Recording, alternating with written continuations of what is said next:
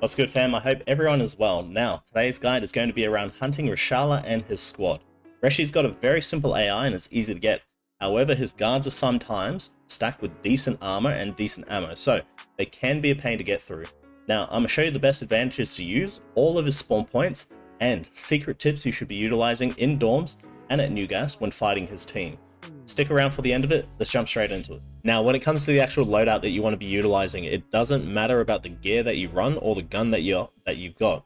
What matters is the actual ammo caliber. Now, if you want to kill them as quick as possible, 7.62x51, that is M80 or M62 caliber. That is your best in slot to utilize if you're not using a sniper like an SVD or something like that. SVD has a higher pen. The guards, they do have high tier armor, so they rock anything from class 4 to class 6. Class 4 helmets as a standard usually, otherwise they'll have penis helmet if they've got the pack kit on, but overall they are tanky. So Reshi is completely naked, he's not going to be your problem. You're going to need ammo that actually pens through the armor of the guards, so that way they don't run you down as a horde. Now, PS or BP 7.62x39, that is also a good option if you do have stock for it. Otherwise, if you've got a M4 or a HK and you want to run that, M856A1 or 55A1 is your preferred choice. Now, my personal opinion, I don't like to run 5.45 ammo caliber. Only reason being is that it just sort of doesn't do the trick for me. Every time I've used it going up against the guards, they've either tanked so much and they've run me down, and it just didn't get through the actual armor class that they had. Now, if you do want to run it, BS or BP is completely fine. If you got a Golnik, go for it. BT as well, that's good to get if you do have it unlocked. Otherwise, if you can go on Woods, you go to Attachment Shack, you can get BS, BP, and you can get a Golnik. All rounds, you can get 30 stacks, really easy. If you want to farm that for bullets, go for it. Now, when it comes to grenade use, I do like to carry at least 2 grenades, or if you can. Now, only reason why is that you can actually grenade check a lot of these spots before you actually push into the building to make sure that they did spawn up. Use F1s or RGDs if you're going to be throwing over the buildings. Inside, bogs. So if you need a clear room, you want to have quick timing grenades. That way you're not going to get, them bum rushing out the door and they're just probably going to insta tap you.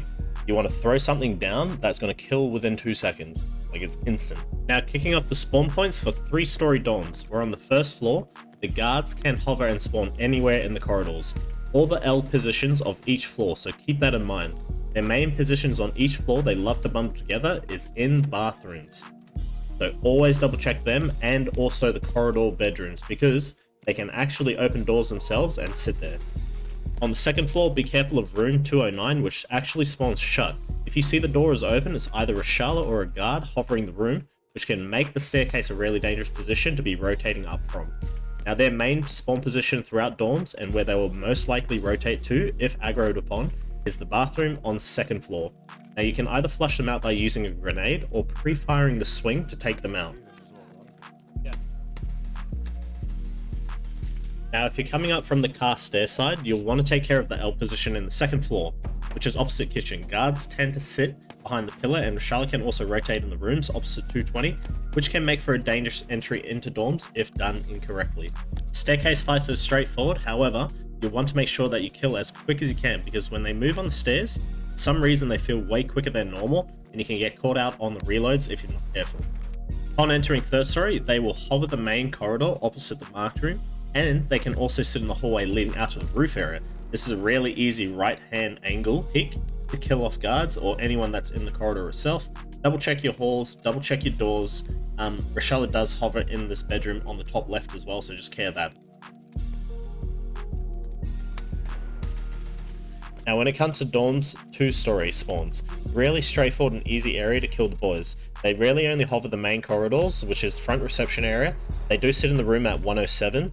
They also can sit in the cage area opposite outside safes.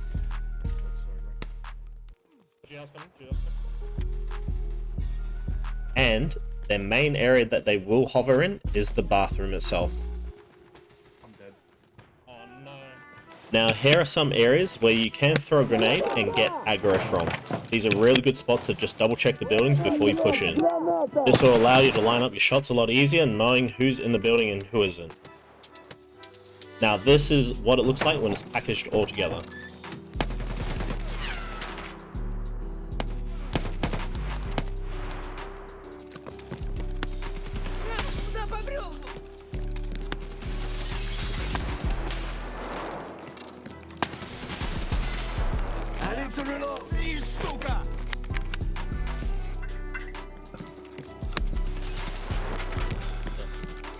Now, kicking off the spawn points for new gas. The boys spawn near the oil container at the front side. They can also be close to the white van or the corner of the store.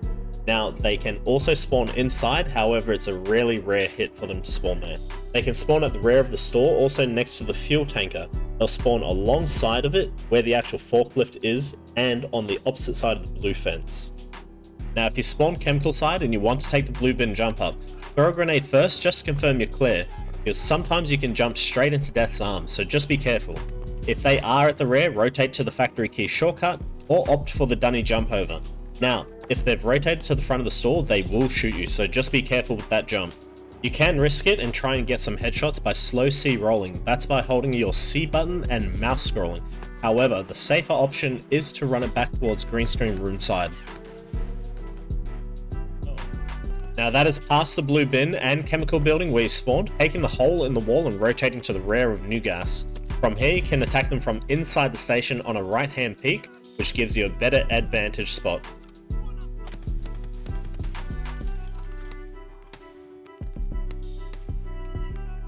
When you need a push, do not forget to throw a grenade, so that way they start moving from their position. If not, they will sit still, but they will not be able to aim you up and shoot you on your run path.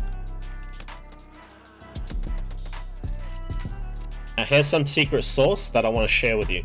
This wall alone can save your life in times where they spawn close to the blue fence. Now, you can shoot them, they do move. As soon as you go to a bigger gap, they can aim your thorax. So how the AI works, they aim your thorax. If your thorax does show, they start shooting. If the gap's small enough, or if the right hand lean is covering your body but you're giving you vision around the corner, you are able to abuse this to utilize shots through the wall. Now, I also like to use this wall to actually see if the boys are there or not without exposing my whole body. And you can also do the slow lean right hand peek to kill them off easily without being shot back. It's a really overpowered position to utilize vision and give you the best advantage to kill them for free. Now, if they do spawn blue fence side, they will hover between the bushes and the trees, so visibility is going to be a bit tough here. It's better to just push them on this side.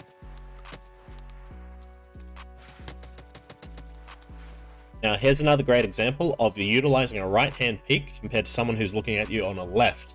The thorax is hidden behind the fence, although my vision is clear enough to kill. So utilize this how you will, it works against players and AI.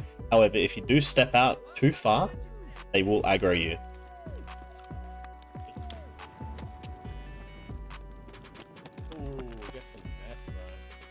You can do the same right hand peek on the 3-story car side stairs.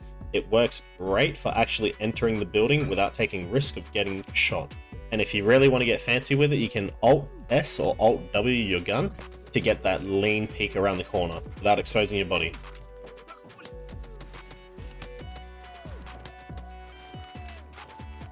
And for those who don't know of this hidden tech, you can actually stand on the tent of Hill 2 and look towards the 3rd level of Dorms 3. Now, this will show you the entire floor. Nothing renders in, so that's walls, doors, and windows. If you do step too close or on the right side of a certain tree, everything renders back in place, so you won't be able to see into... You cannot shoot people through walls. This just gives you a visual confirmation of either RESHALA and his guards or people rushing market room. So that's a quick guide on how to kill RESHALA and his squad. I hope this has helped you. If it did, let me know in the comments below on what gun you're actually going to be running to kill Reshi and his squad. Don't forget to like and subscribe for the algorithm and support. I'll see you in my next video.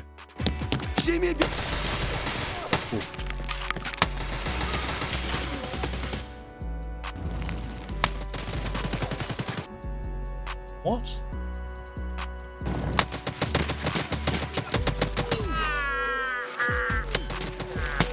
Oh, he's going to it. Fucking hell.